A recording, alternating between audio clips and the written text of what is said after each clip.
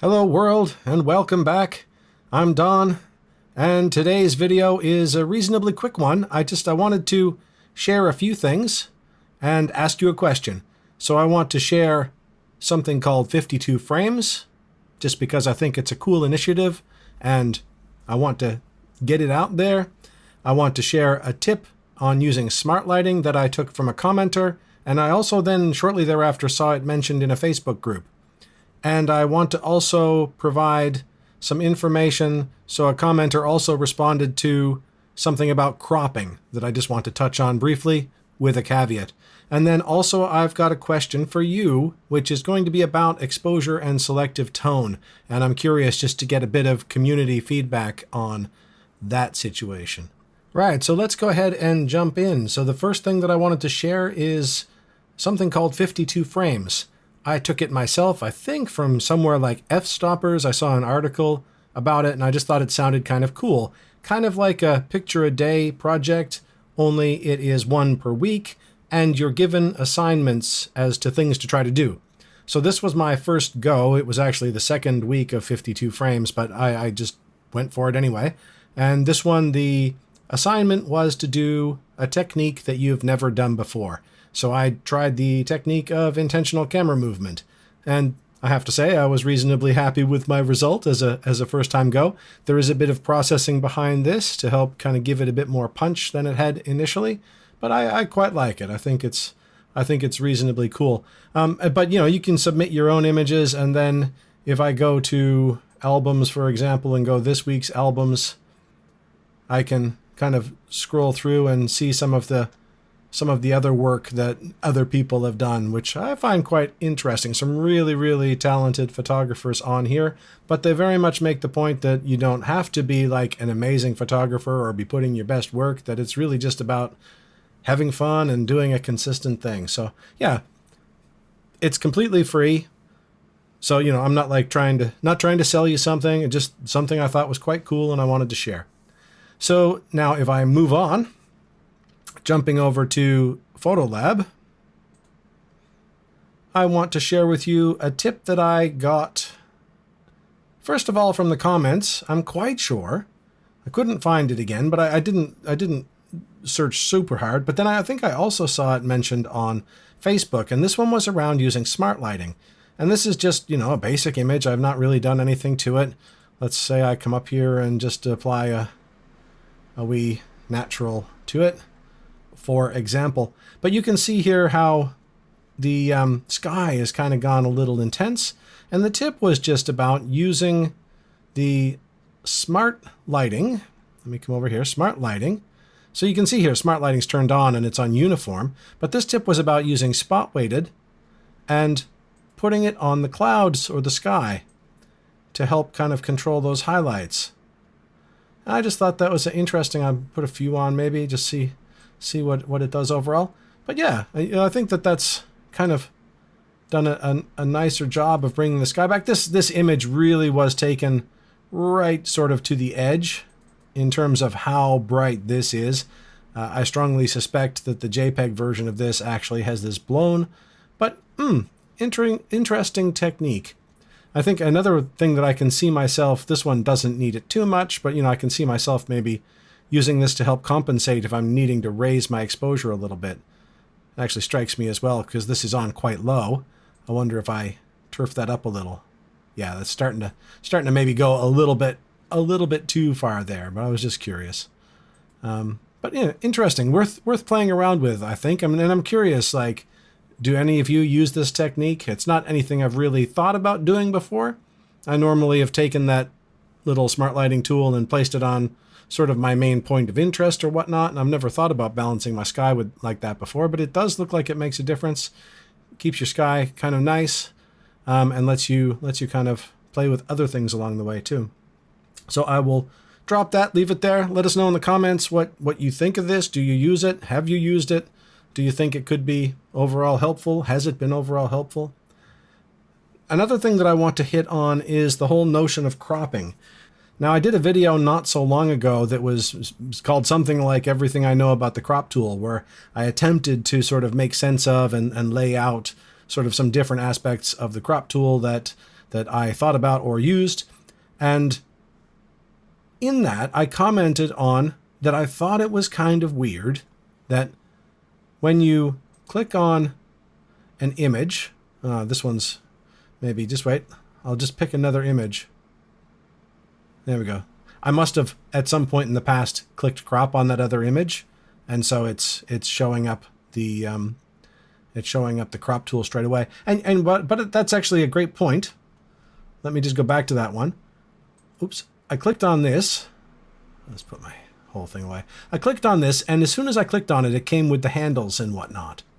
And I was commenting how strange it is that once you've touched an image, there's the handles, but the very first time you come to an image, there's no handles.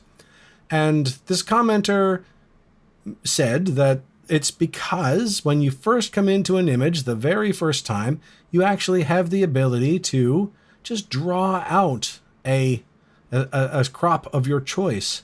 And I'm just going to pick the one image to keep this quick, but basically if I did this straight up, it's going to maintain my original aspect ratio.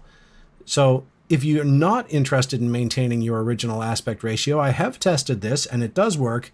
You can just do that control trick. So right now you can't see it, but I'm holding down my control key and now I'm clicking and dragging, and you can see clearly that I can put this whatever size and shape that I'm interested in putting it.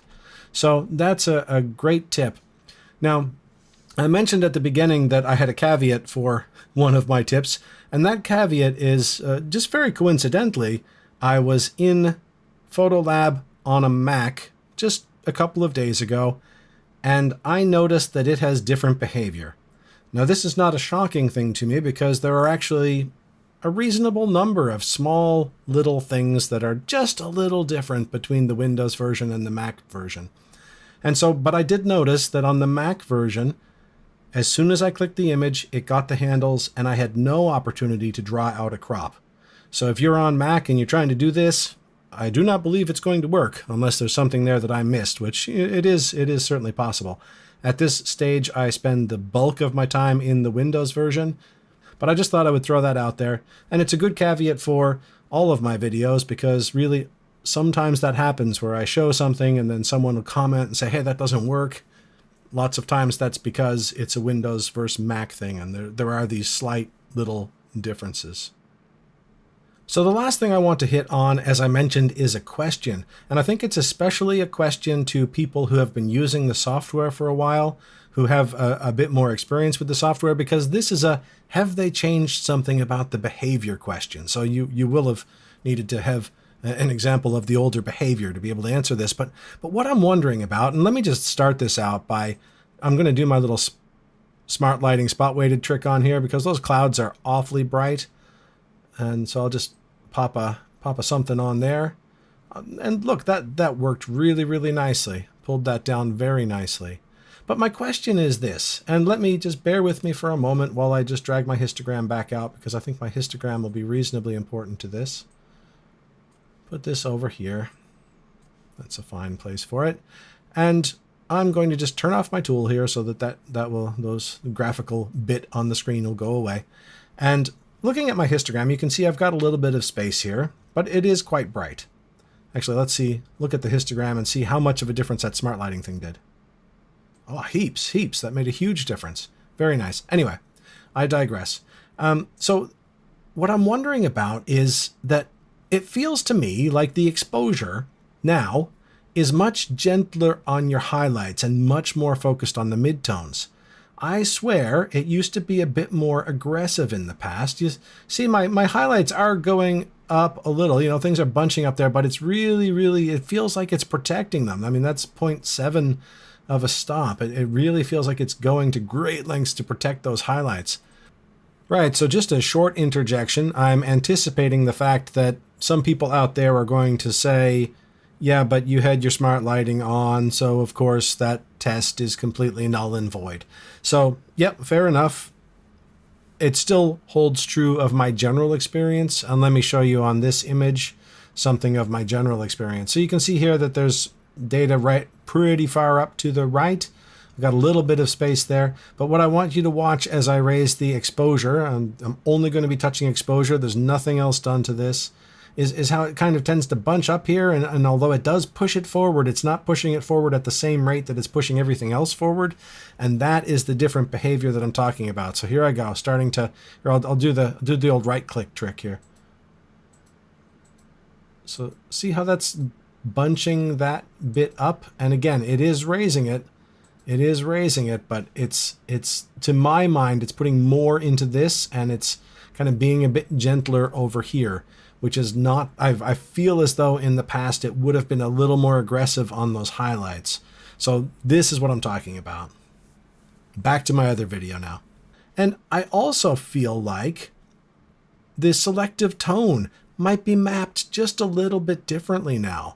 Like, obviously this is going to take things too harsh, but like the if I move in my highlights, that it moves more into the midtones than it used to, that it used to be a little bit more only highlights, things like that. So question to people who have been using it for a while, do you think, have you noticed, have you ever thought to yourself, that feels like it's operating just a little bit differently? Because it really does feel like it's operating a little differently to me. So with that, I've got a few things. Hopefully I've kept this reasonably short. I will say thanks so much for watching, and I will talk again soon. Hit me up in the comments with answers to any of my myriad of questions. All right, bye for now.